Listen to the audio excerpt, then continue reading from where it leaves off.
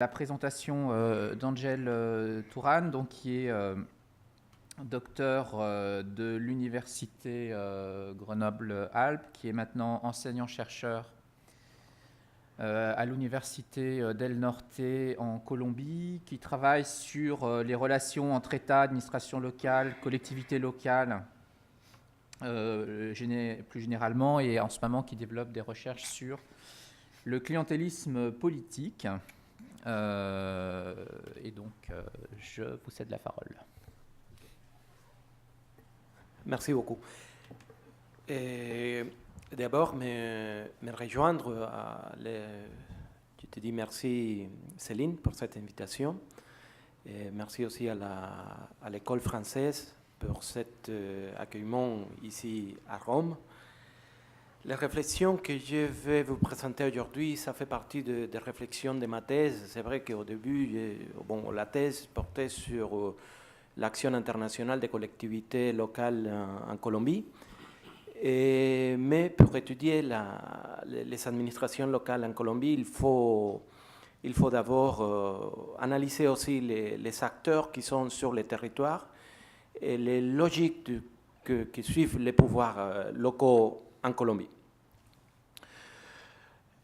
Fier à plusieurs années de thèse, je vous présente un petit plan. Je vais faire tout d'abord une petite introduction des éléments autour de la Colombie. Et après, une première partie où il y aura des réflexions sur la difficulté matérielle pour la territorialisation de l'action publique en Colombie. En deuxième partie, avec des réflexions par rapport à la capture de l'État et la reconfiguration cooptée de l'État dans les territoires. Et pour finir, quelques réflexions finales ou quelques réflexions que j'espère ça pouvoir apporter à des discussions qui vont suivre après ma présentation. Bon, comme introduction, disons tout d'abord que la Colombie a une extension du territoire qui fait presque 2 fois la France. Si je ne me trompe pas, ça fait aussi 3 fois l'Italie, c'est-à-dire on a un territoire assez extens. Et dans ce territoire, on a au niveau des entités territoriales 32 départements et presque 1122 municipalités. On a ces 2 niveaux d'organisation, d'administration locale, c'est-à-dire des départements et des municipalités. Et dans ce territoire, on trouve des acteurs du conflit armé. D'un côté, la guérilla. Nous, disons, la plus célèbre, la plus reconnue, c'est la FARC, mais il y a aussi une autre guérilla, que c'est les ELN, Armée de Libération Nationale. Un autre acteur, c'est les paramilitaires et les bandes criminelles, que c'est néo-paramilitarisme. On l'appelle comme ça maintenant parce que c'était des anciens paramilitaires qui maintenant organisent ou ont le contrôle des affaires du trafic de drogue. Et après, des autres acteurs, des organisations, soit légales ou illégales, qui ont un lien avec des pratiques clientélistes, des pratiques associées au narcotrafic, que c'est la base de tout ce pouvoir criminel. Quand on parle des difficultés matérielles pour la territorialisation de l'action publique, il faut d'abord voir que la décentralisation, c'était un outil pour amener l'État vers les territoires. En 1991, on a mis en place un nouveau modèle de décentralisation. On l'appelait comme ça parce qu'il était divisé en 3 composants. Le premier, une décentralisation administrative. Le deuxième, une décentralisation fiscale. Et le troisième, une décentralisation politique, c'est-à-dire la capacité qu'ont aujourd'hui les territoires d'élire ses maires et élire aussi ses gouverneurs. De façon très classique, la décentralisation sert à renforcer le développement local, la gouvernabilité des autorités locales et aussi l'efficacité et l'efficience dans la prestation des services publics. Ce processus, normalement, est reconnu pour la littérature comme un processus qui sert aussi, qui a des effets positifs parce qu'il y a l'approche entre l'État et les citoyens. Il y a aussi une augmentation de la légitimité du niveau local. Et il y a l'augmentation de l'efficacité et l'efficience dans la prestation des services publics et bien sûr la promotion de la participation citoyenne. Mais dans les cas comme l'État colombien, il y a des réflexions et il y a aussi des constats que la décentralisation, des fois, a servi aussi comme un outil pour financer les conflits armés. Et des fois, cette autonomie locale a polarisé ces conflits armés et exposé les civils à des civils actifs dans la politique locale. C'était exposé aux menaces des guérillas et des paramilitaires et bien sûr des forces de sécurité privées. Pourquoi? Parce qu'en Colombie, le territoire étatique a été les champs de bataille.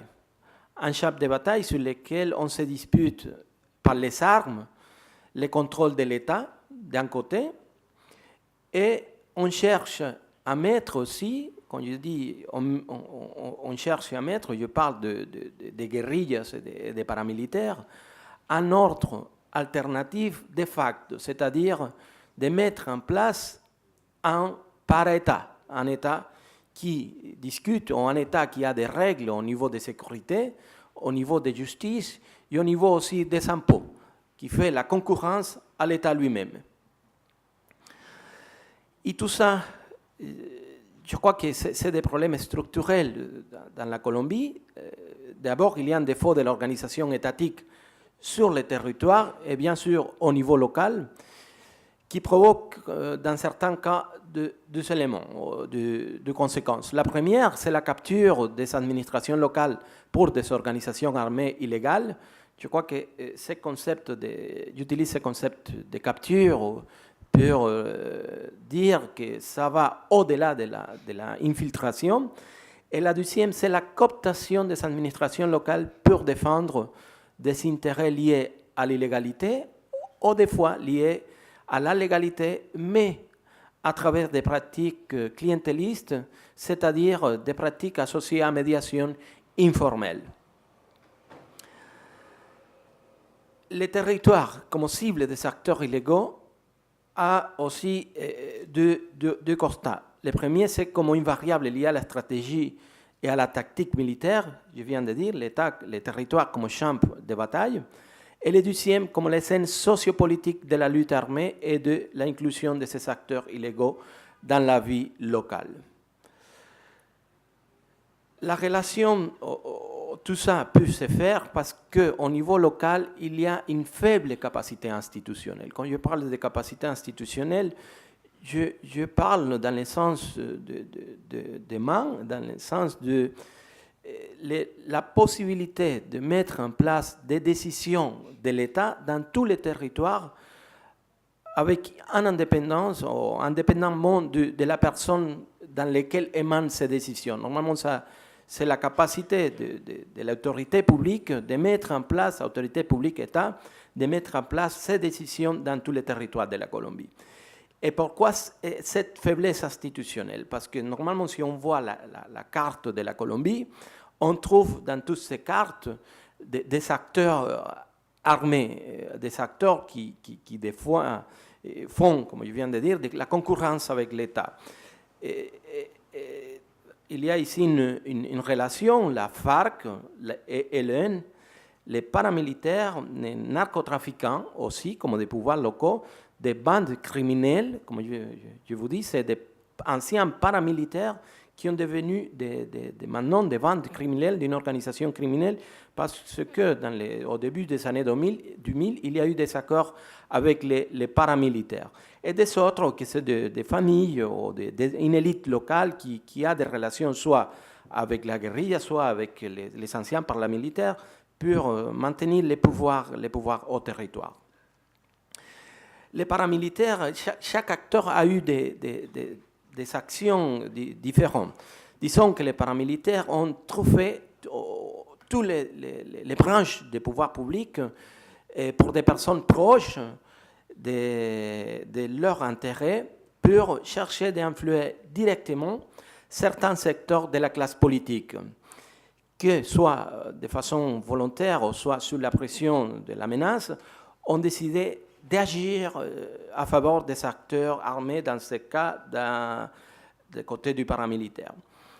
Après la démobilisation des paramilitaires, il y a eu un cas, on appelle la parapolitique, c'est-à-dire, c'est des dates des données de 2010. À cette époque, il y a eu 101 élus locaux qui avaient des procès judiciaires d'un côté. Et au côté national, il y avait environ les 30 ou 40% du Parlement qui étaient aussi avec des procès judiciaires parce qu'il y avait de fortes preuves qui avaient agi dans les territoires en association avec les forces paramilitaires. Par contre, les guerrilles ont développé un travail de cooptation des autorités municipales et des maires et des conseillers locaux afin d'avoir le contrôle politique et des fois aussi pour coopter les ressources publiques pour avoir des ressources pour la financiation du conflit armé. Ça, c'est la présence des guérillas dans tous les territoires. Ça, c'est la présence de la FARC, des groupes armés la FARC, de façon très... Bon, pour vous dire, après, nous, on est en train de faire un accord avec la FARC. Cette zone, c'était les zones où allaient... Bon, malheureusement, les plébiscites n'étaient pas approuvés dimanche. Normalement, après l'approbation du peuple du plébiscite, des accords qui étaient soumis à la population dimanche, la FARC allait se concentrer dans cette zone où il y avait déjà une présence pour être censé et lâcher les armes. Ça, c'est la relation qu'il y a eu entre les élections de dimanche, c'est-à-dire on voit vraiment qu'au niveau territorial, peut-être, il y a eu, si on prend l'approche territoriale, il y a eu un oui à les accords, mais si on prend l'approche des citoyens, les non étaient pour une quantité assez bas les vainqueurs. Bon, après, c'était un acteur aussi important, c'est le BACRIM. C'est aujourd'hui, comme je viens de dire, c'est le néoparamilitarisme. C'est des bandes criminelles qui sont les résultats et qui contrôlent même les routes et l'activité du trafic de drogue dans les territoires. Et ça, c'est aussi une carte où on montre que la présence des bandes criminelles dans tous les territoires de la Colombie. Deux idées centrales. Un, c'est l'idée de capture de l'État. Quand je parle de capture de l'État, je viens sur l'idée de l'influence incorrecte, des fois informelle, des acteurs privés dans la formulation des lois, des décrets, des politiques, dans le but d'obtenir des avantages économiques et politiques. Ça, c'est un premier constat. On peut le voir soit par la voie des acteurs armés, soit dans le sens d'une forme de corruption à long terme, et par conséquent, c'est une forme de corruption systématique. Et l'autre forme qui était déjà constatée, c'est plus compliqué, on va dire, ou plus complexe que la première. C'est la reconfiguration cooptée de l'État, parce qu'il y a d'abord la collaboration entre les organisations criminelles et les fonctionnaires du pouvoir législatif et même du pouvoir exécutif au niveau central et même au niveau territorial. Cette forme de cooptation de l'activité législative est plus avancée que la forme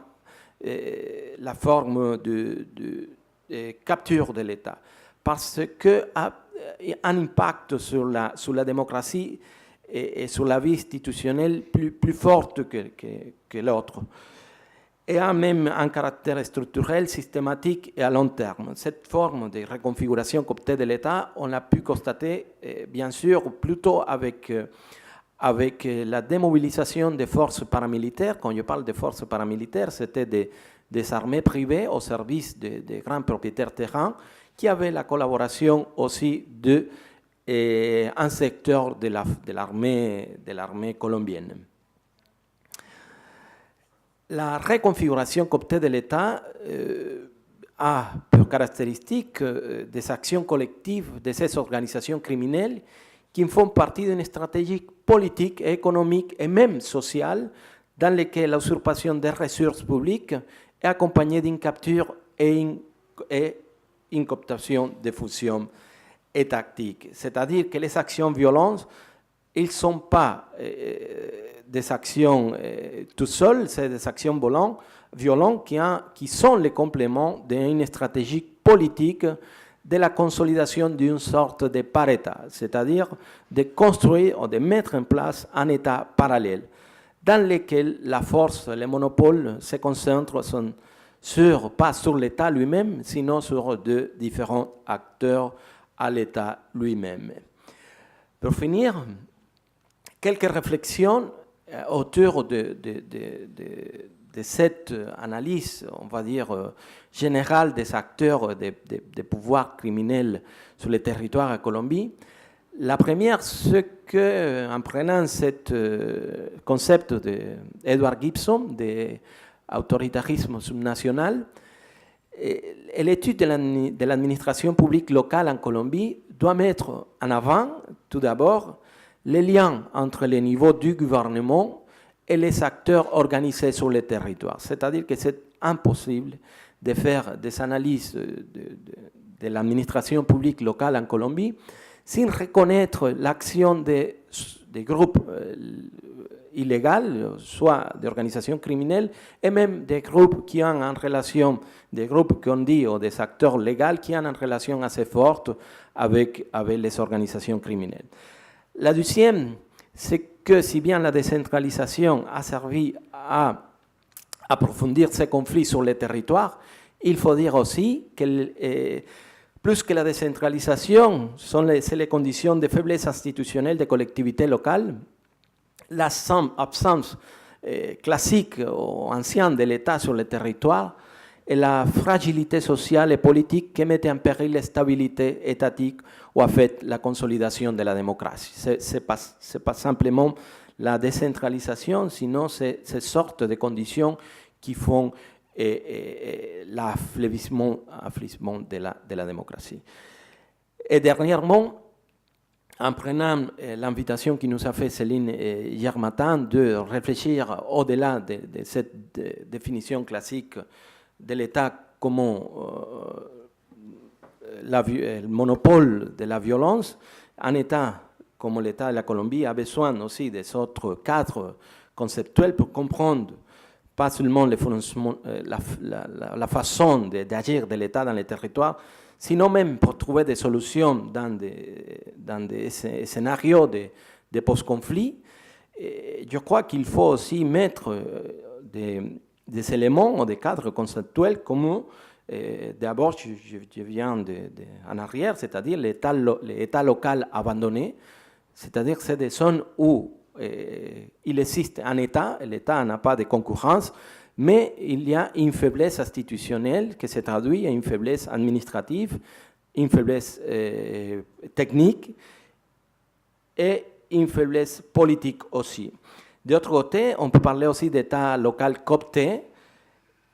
Cet État local coopté, normalement, a une présence d'un seul acteur armé, normalement des paramilitaires ou des mafias, qui, normalement, ces deux acteurs, ou un des deux, vont capturer l'État pour servir les intérêts privés.